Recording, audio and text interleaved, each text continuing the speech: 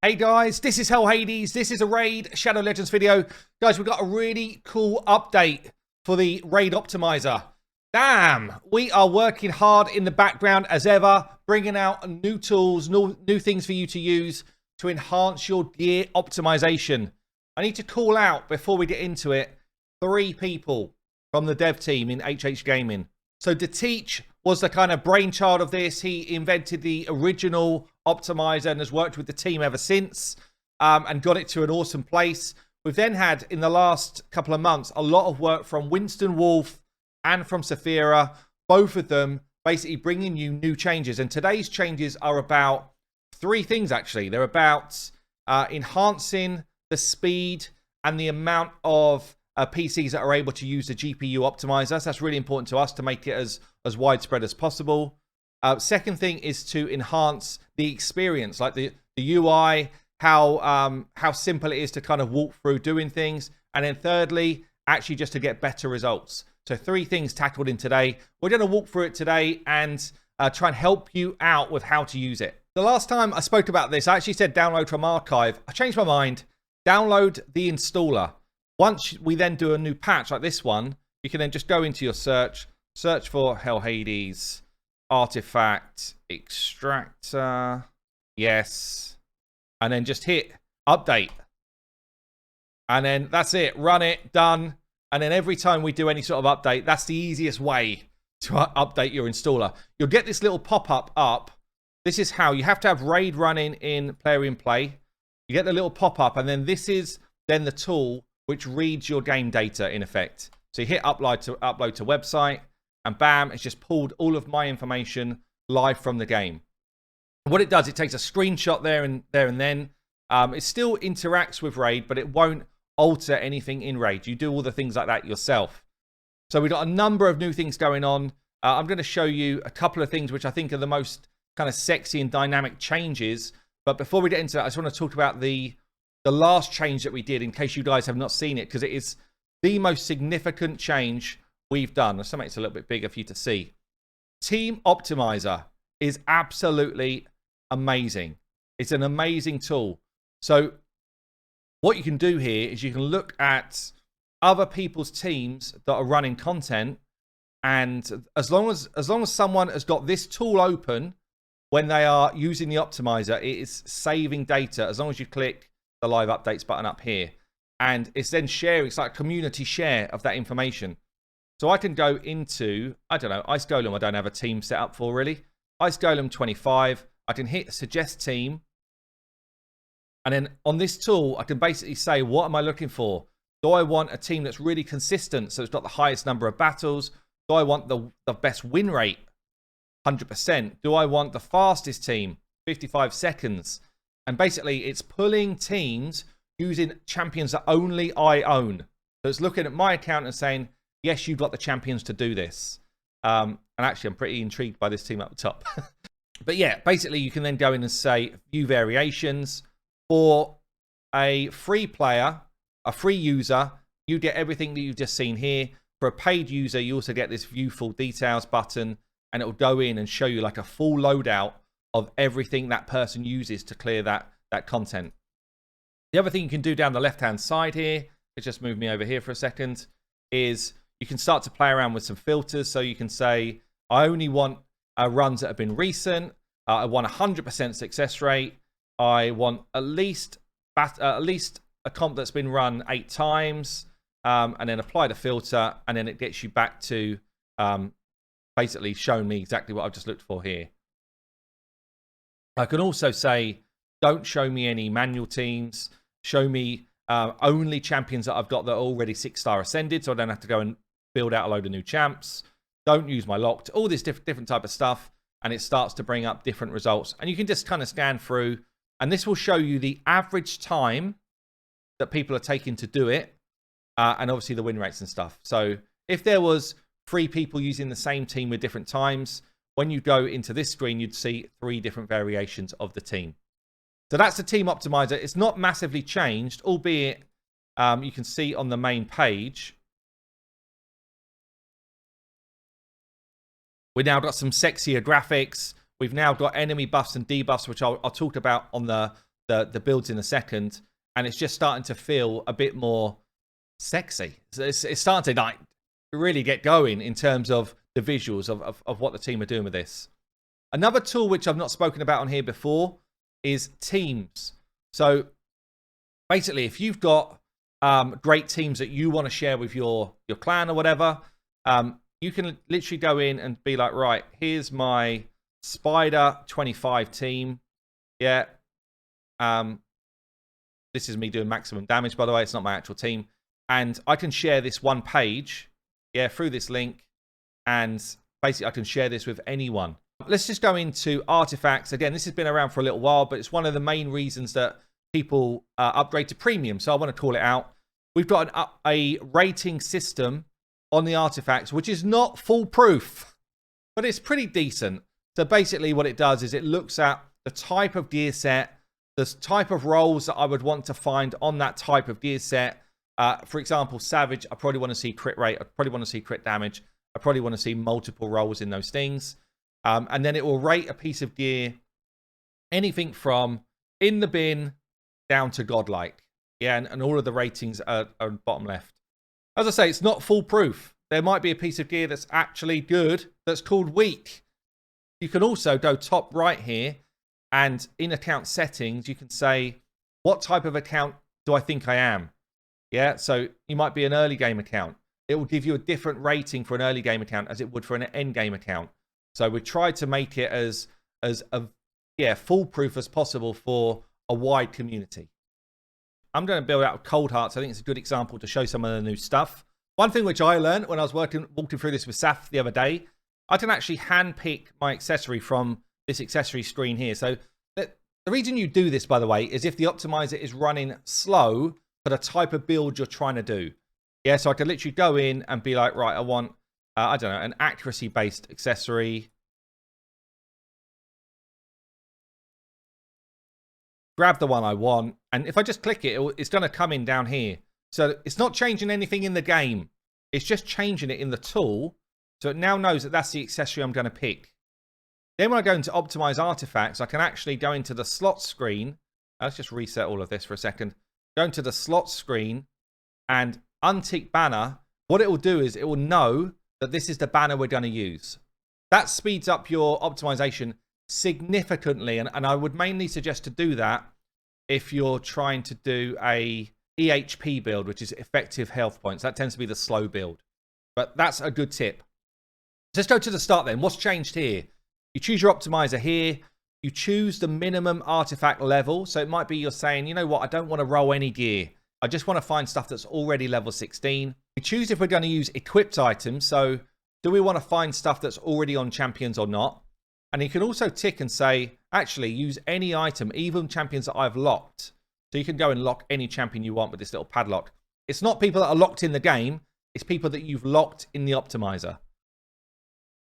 Down here, you can kind of select any changes to masteries that you're going to implement before you do it. So again, it optimizes based on the masteries you're going to have. It saves you wasting a load of gems. So I could be like, you know what, I'm going to come away from support tree and I'm actually going to go into defense tree, for example, if I wanted to. Reset if you don't want to do that.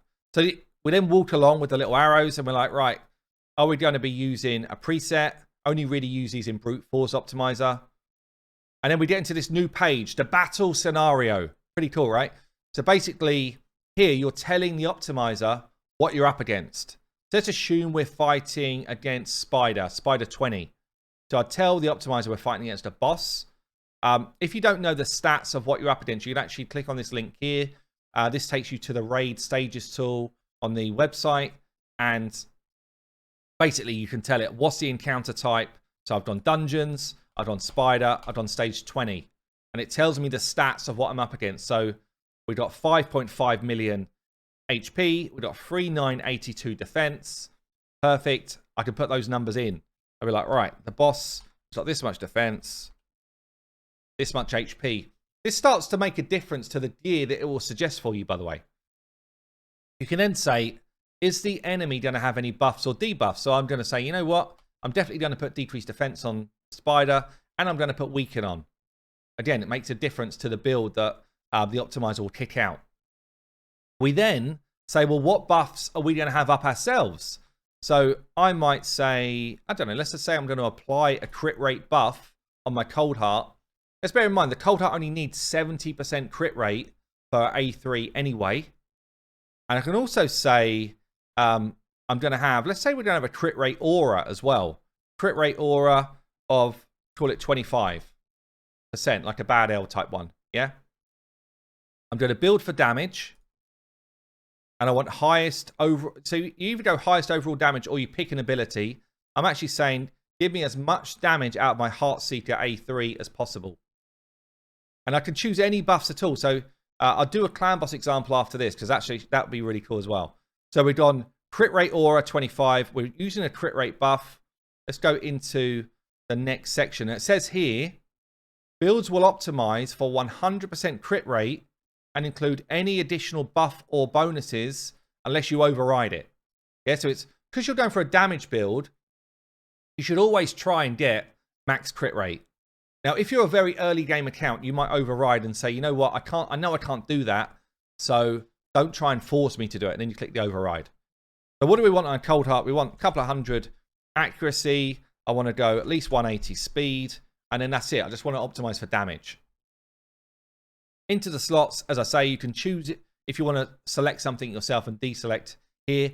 For everything you deselect, there's way less calculations that are required. That's why if it's very slow, it's often good to find an accessory. We then got this screen here. So it's not really any different to what it was. It just looks way better. And basically you can say here, you know what? I'm on my Cold Heart. Maybe I don't want to use my Savage gear up. So I can deselect Savage. Or if you're earlier game, you might say, I absolutely need lifesteal gear. So you can select up the top here, give me lifesteal. Next screen just says, do you want to do any glyphing? This is new. I've not shown anyone about this at all.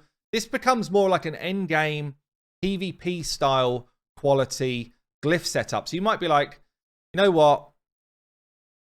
Give me the optimization, assuming that I don't have any glyphs on at all. Yeah, so that's the example where you might use this is if I want to find my fastest pieces before anything was ever glyphed, or like an Arbiter build. Yeah, you can also go into here and say, well, actually, I only want you to glyph my 6-star items that are legendary, for example. Set those. You can go into the basic area and say, this is what I would like you to glyph. So if I've got anything in my builds or any gear which has got speed or accuracy on it, I might say, glyph my speeds up to a minimum of 4 and my accuracy up to a minimum of 10. And then we've got an advanced tab, which is pretty much, I'd say, aimed at, you know, the big boys doing Plat Arena. And it's like, you know what? For my helm, make sure that we glyph the speed up to 8. And for my banner, I want to glyph up to at least 6. You know, it might be that you've pre-selected a banner and you know that you're going to get at least a +6 on it, and then you can glyph up there. So the glyphing side, it really depends how much you want to use it, but it's definitely aimed at more of an end game player. And then we get into the optimization. Now we've got a search limiter here. I can say how many of my kind of items to look through. The higher you go by a long way, the more time it takes. Okay, but I would say leave it at 50 if you're a normal player. If you've got all the time in the world, throw it to 100. Go and make yourself lunch, come back, and it'll find the absolute best thing it can find. Hit start. Now, if you see here with the tool, you can see this line starting to build. Basically, what that's doing is it's looking through my items. This will be how long it's going to take. I can stop at any time. If I feel like this build is already cutting it for me, I can literally hit stop, and we will stop the build. You see here it's doing 9.3 billion searches per second, which is kind of nuts. So let's hit stop. You see here, so it's found me a 20% crit rate item, build, sorry. Why has it done that? Because it knows we've already got a crit rate aura on, and it knows we've already got a crit rate buff. Yeah, and it knows that Heartseeker only needs 70% crit rate. So super intelligent. It's basically saying, this is the build you would need to get maximum damage out of that Heartseeker. Yeah, and I would get a 317 crit damage build with loads of attack. Even though the attack will only give me like a small gain, it's still what I would need.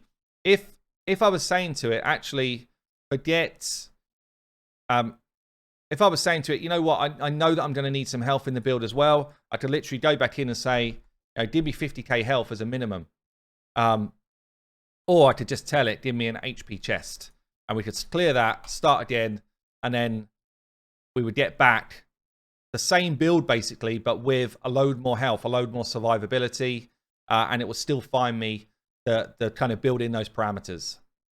So that's an example of a cold heart one. I just want to show you an example of another area where this could be really useful, and that would be in Clan Boss. So let's assume we want to build out a geo for Clan Boss. I can come in here, just hit reset. It's always a good idea to reset settings when you go in, just because it's going to hold some of that legacy information. Restart yourself. I want artifacts at level 8. I don't want to include, let's say I don't want to include anything that people are wearing, and I don't want to include anything from my locked champions. My setup, I'm actually going to change to a defensive setup here. Everything else looks good. And then we're going to kind of scroll along and be like, right, for the battle, we're against a boss, we're against a clan boss. I know that he's got a defense of 1580. He's got a health of this crazy number here. And we're going to say, yeah, he's got decreased defense on him at all times, plus he's got weaken on him at all times. I want to build for survivability here, because I don't want to die. Yeah, I want my Geo to live as long as possible. Let's assume we've got a defense aura on, and I'm going to have an increased defense buff on all the time. Let's say it's a 30% defense aura. So we then go into the next stage of building out our stats. And let's say I want to have that kind of defense cap, near enough, a mitigation cap of 4200 defense. I want a speed of, let's say, 180. And I need his accuracy to be there. Then he's going to be, basically everything else, I'm telling it, I just want him to survive as long as possible. We keep all of the slots on. I just want him in, let's say, stalwart gear for this one. Glyphin, I'll leave as is, and then we hit start. And then what this is doing now is it understands that I've already got a defense aura on, and I've got increased defense up. Therefore, I actually don't need a crazy high defense number to hit the 4200. I can actually do it on 3127. In fact, I know I can go less than that. Might be because I pushed it to do stalwart, but see what it's done? It's picked up my HP level instead. Because that's where my survivability comes from after I've hit that defense cap. If we just clear that and go back to stats, if I just clear that out completely and optimize, it's basically doing the same thing, because it already knows where in effective HP, it already knows that this is your cap on survivability. If we were to go for a 4200 defense, but change it instead of survivability to damage, let's say we want 4200 defense and 40k HP.